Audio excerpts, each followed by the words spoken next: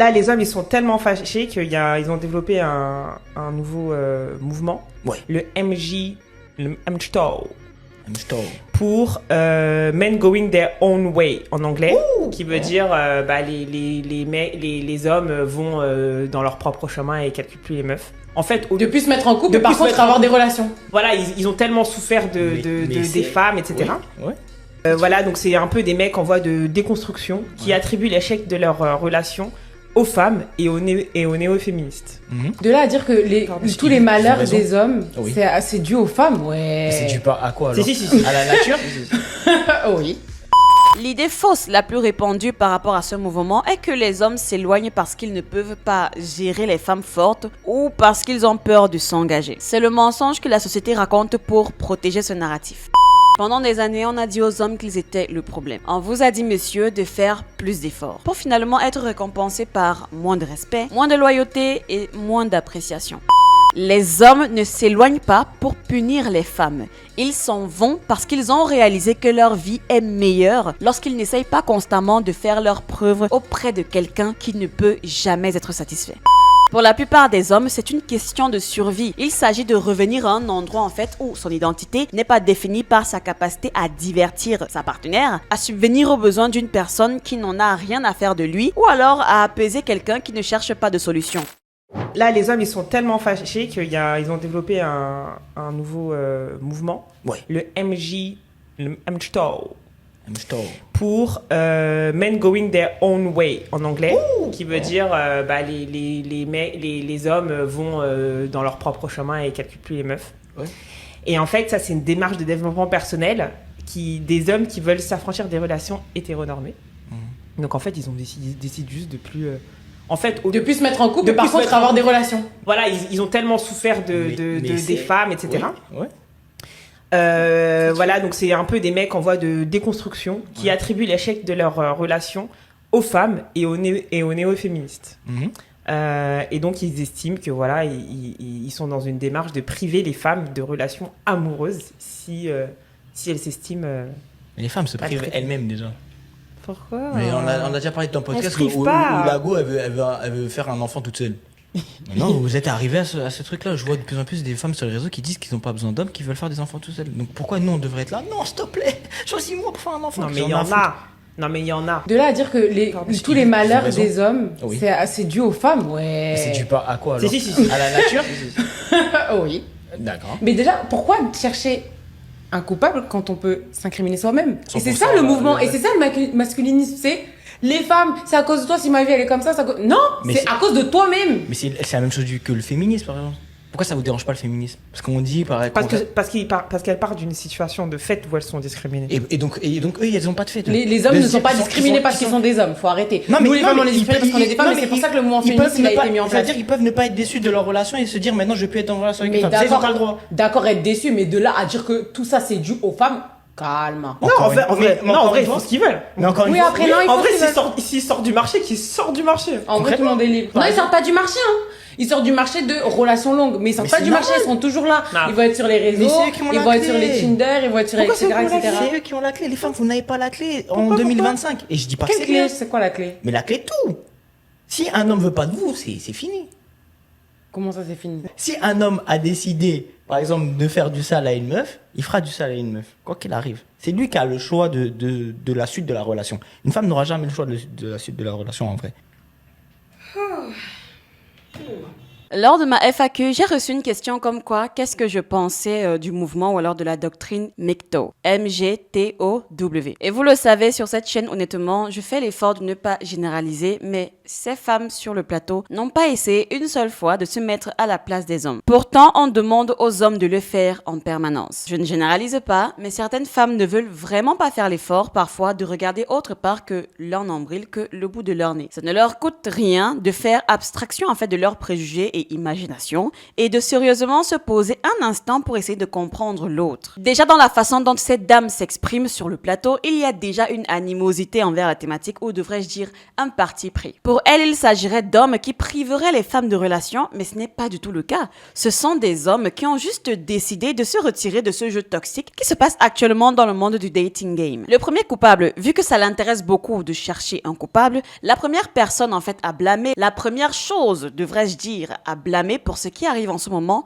c'est le système ou alors la société dans laquelle nous vivons. La société qui a fait de son mieux pour endoctriner les femmes, pour leur faire croire, penser 1001 mensonges sur les relations. Et donc les femmes, après que leur cerveau ait bien été rempli de mensonges sur leur autosuffisance notamment, tout ce qui restait à faire, c'est juste s'asseoir et de voir comment elles allaient elles-mêmes propager la mauvaise graine. Parce que c'est ça la femme. Si vous voulez valider un concept, si vous voulez qu'un concept soit rapidement adopté, faites-le passer par une femme. Que le concept soit aussi mauvais ou alors aussi révolutionnaire qu'il soit. Parce que la femme connaît nourrir, maturer et multiplier par l'infini la ressource que tu lui donnes. C'est un petit peu ça notre super pouvoir, mais très souvent on le retourne contre nous. Les femmes ont donc multiplié sans le savoir, ou du moins sans en avoir conscience, ou alors sans réellement comprendre l'ampleur de la chose, l'isolement, le mal-être et le renfermement des hommes sur eux-mêmes, et ça a donné le mouvement MGTOW. Alors, le mouvement MGTOW, on va en parler. On va expliquer ce que c'est, comment il se vit de la part des hommes. Je vais vous donner mon avis et essayer de conclure sur une note plutôt optimiste quant à une éventuelle solution du présent statu quo.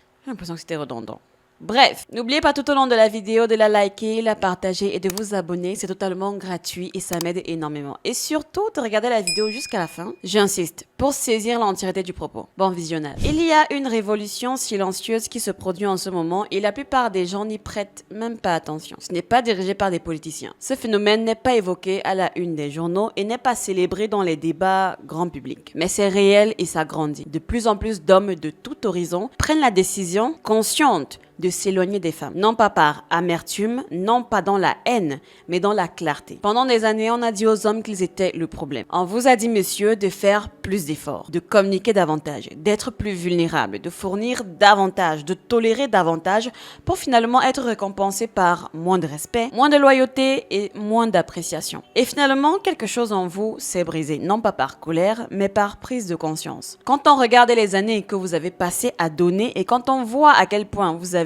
peu reçu en retour, on commence à réaliser que le problème n'est pas peut-être que vous n'avez pas assez donné, mais plutôt que vous avez donné et sué pour le mauvais système. Depuis des décennies, la société conditionne les hommes à considérer les femmes comme le centre de leur vie. Films, chansons, publicité, tout vous dit que votre valeur en tant qu'homme est liée à votre capacité à attirer, à plaire et à garder une femme. Mais en réalité, cette croyance a créé un cycle sans fin où les hommes s'épanchent à la poursuite d'un idéal qui n'existe plus. Je dis bien plus. Les rencontres modernes ne consistent plus à fonder une famille. Il ne s'agit plus de grandir ensemble. Il ne s'agit même plus de respect mutuel. Il s'agit d'effets de levier, de validation et du maintien des options ouvertes. Et une fois qu'un homme voit cela, une fois qu'il comprend qu'il a participé à un jeu qui a été truqué depuis le début, un nouveau jeu qui dès le départ le défavorisait, il arrête de jouer. Il ne se choisit pas par dépit, mais par instinct de préservation. L'idée fausse la plus répandue par rapport à ce mouvement est que les hommes s'éloignent parce qu'ils ne peuvent pas gérer les femmes fortes ou parce qu'ils ont peur de s'engager. C'est le mensonge que la société raconte pour protéger ce narratif. La vérité est bien plus simple.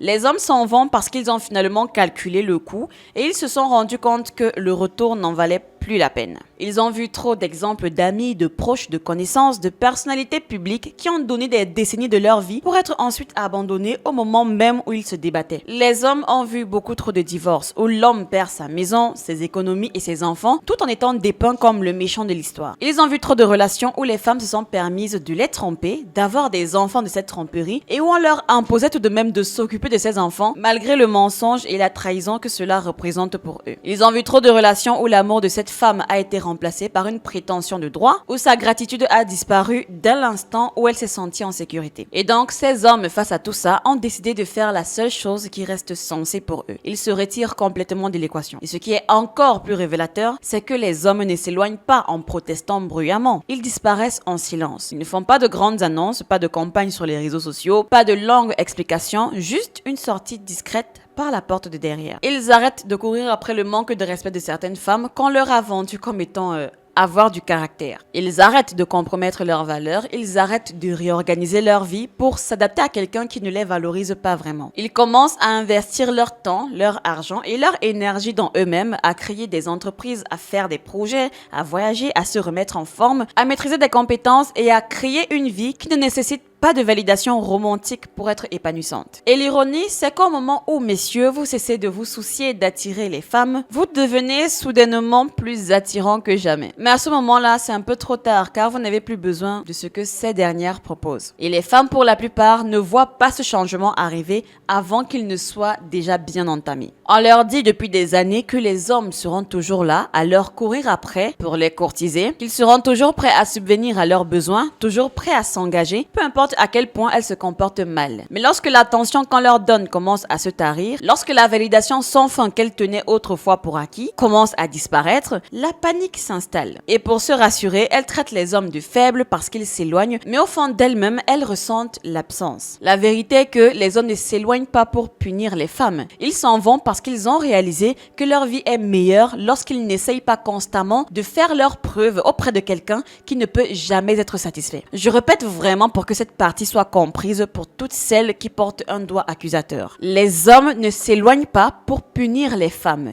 Ils s'en vont parce qu'ils ont réalisé que leur vie est meilleure lorsqu'ils n'essayent pas constamment de faire leurs preuves auprès de quelqu'un qui ne peut jamais être satisfait. Cette phrase, selon moi, est si juste parce qu'elles sont nombreuses en fait qui sont des éternelles insatisfaites. Donc, les hommes s'en vont parce qu'ils ont finalement appris et compris que la paix vaut plus que la compagnie de la mauvaise personne. Et la racine de ce changement va plus loin que de simples expériences personnelles. C'est un éveil en fait de genre, de culture. Les hommes commencent à reconnaître les schémas qui étaient auparavant invisibles. Ils voient la façon dont le marché des rencontres modernes fonctionne, un petit peu comme des portes tournantes, la loyauté étant considérée comme facultative et l'engagement comme un arrangement temporaire jusqu'à ce que quelqu'un de meilleur arrive. Parce que oui, d'après la légende urbaine, il ne faut pas que ton petit ami t'empêche de trouver ton futur mari.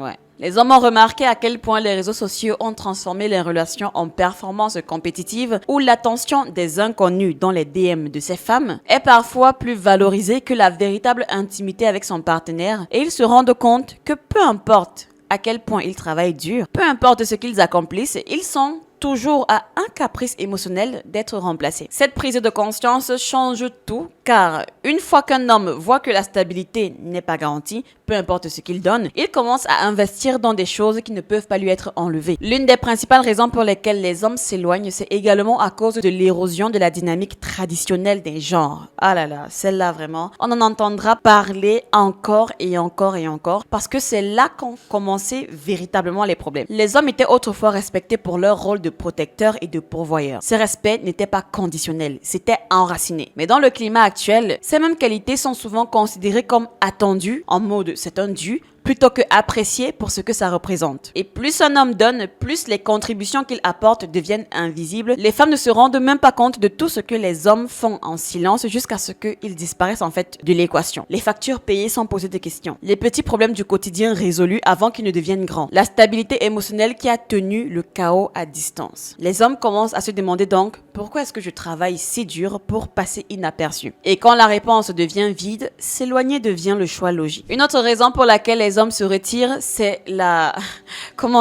militarisation de l'intimité. C'est-à-dire tout ce chantage ou alors ce conditionnement pour avoir accès au corps de sa partenaire. Trop d'hommes ont appris à leurs dépens que la même femme qui les regardait autrefois avec adoration et désir peut devenir froide et méconnaissable lorsque elle n'obtient plus ce qu'elle veut. L'affection devient conditionnelle, le respect qu'elle vous donne devient une monnaie d'échange et tout se transforme en test. Hashtag j'envoie ma copine tester mon mec pour voir s'il est fidèle. Non mais pourquoi faire? Bref, les femmes désormais retiennent l'attention, elles s'éloignent, elles fabriquent des conflits, non pas parce que la relation est en train d'échouer, mais parce qu'elle sait que vous vous efforcerez, monsieur, de la reconquérir à chaque fois. Cette tension émotionnelle constante épuise donc l'esprit d'un homme. Et quand il comprend enfin qu'il est manipulé, ce n'est pas seulement la femme avec laquelle il est qu'il quitte.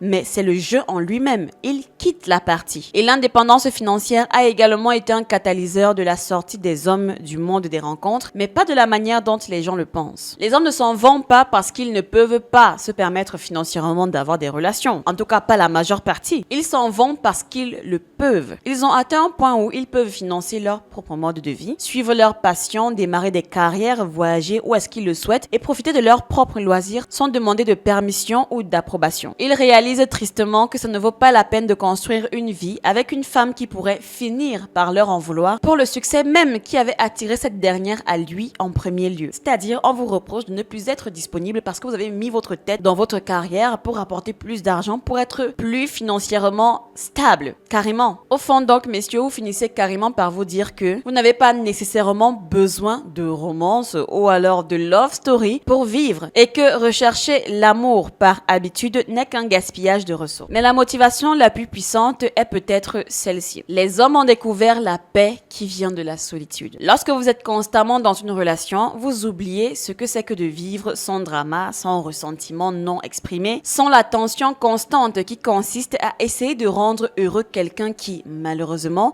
ne veut pas l'être. Seul un homme peut respirer, il peut se concentrer, il peut entendre ses propres pensées et à mesure donc que cette paix s'installe, il commence à vouloir la garder comme un trésor. Soudain, l'idée de tout abandonner pour quelqu'un qui pourrait venir bouleverser sa vie du jour au lendemain sur un coup de tête en fait, semble insensée. Vraiment, cette option pour lui maintenant semble insensée. Et donc, ils choisissent différemment. Non pas parce que les hommes détestent les femmes, mais parce que les hommes aiment la paix plus qu'ils n'aiment le fantasme qu'on leur a vendu derrière les relations modernes. Lorsqu'un homme prend enfin du recul par rapport au bruit des relations modernes, la première chose qu'il remarque, c'est la quantité d'énergie qu'il dépensait auparavant en validation constante. Entre les disputes nocturnes pour rien, des silences qui durent des jours, des textos lus mais sans réponse et des jeux de devinettes sans fin pour savoir où il en était. Et à mesure donc que cette prise de conscience s'installe, il y a un sentiment aussi de liberté qui vient, son temps, son énergie, ses ambitions, son estime de lui appartient désormais. Il ne dépend plus des humeurs de sa partenaire. Et c'est là en fait que les femmes interprètent souvent mal le silence des hommes. Elles pensent toujours qu'un homme qui s'éloigne, c'est dû à la méchanceté ou alors à l'amertume dans son cœur, mais pas toujours. Ce n'est même très souvent pas le cas. Pour la plupart des hommes, c'est une question de survie. Il s'agit de revenir à un endroit en fait où son identité n'est pas définie par sa capacité à divertir sa partenaire, à subvenir aux besoins d'une personne qui n'en a rien à faire de lui, ou alors à apaiser quelqu'un qui ne cherche pas de solution. Quand un homme s'éloigne, ce n'est pas qu'il ne veut pas d'amour, c'est qu'il refuse de l'accepter au prix de sa paix. Ironiquement, c'est souvent après votre départ que les femmes réalisent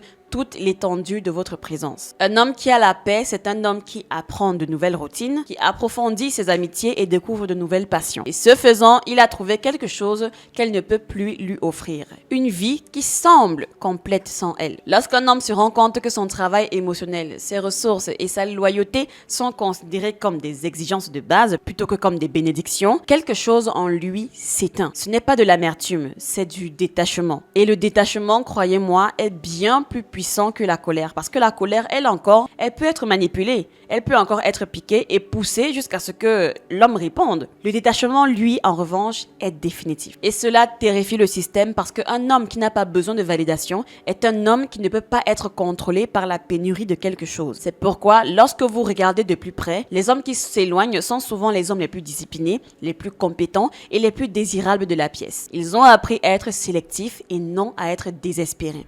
Maintenant, je trouve que cette méthode de fonctionner est plus saine et plus protective envers les hommes, envers leurs sentiments, envers leur ego, que le mouvement des incels par exemple. C'est la réponse la plus logique à la perpétuelle chasse à l'homme qui prend de l'ampleur sur les réseaux. Seulement, malgré tous ces points forts et à quel point il est bénéfique pour la gente masculine, nous savons tous que l'humain est un animal social. Il ne peut s'éloigner longtemps de sa partenaire. Il lui faut une complémentarité. Sinon, ça risque de renforcer la solitude masculine et de creuser encore plus le fossé entre les hommes et les femmes. Alors la vraie question c'est, que faut-il donc faire? La réponse, c'est que la balle est dans le camp des femmes. Il y a une confiance qui a été brisée et elle doit être rétablie. Premièrement, sur le plan relationnel. Les hommes veulent retrouver de la sincérité et de l'équilibre. Les hommes se sentent utilisés comme si leur effort ne comptait jamais assez. Les femmes qui veulent donc regagner la confiance des hommes doivent montrer que la relation, ce n'est pas du donnant-prenant, mais du donnant-donnant. Ensuite, il y a la responsabilité affective. Les femmes doivent poser leurs attentes clairement et assumer leurs choix sans manipulation.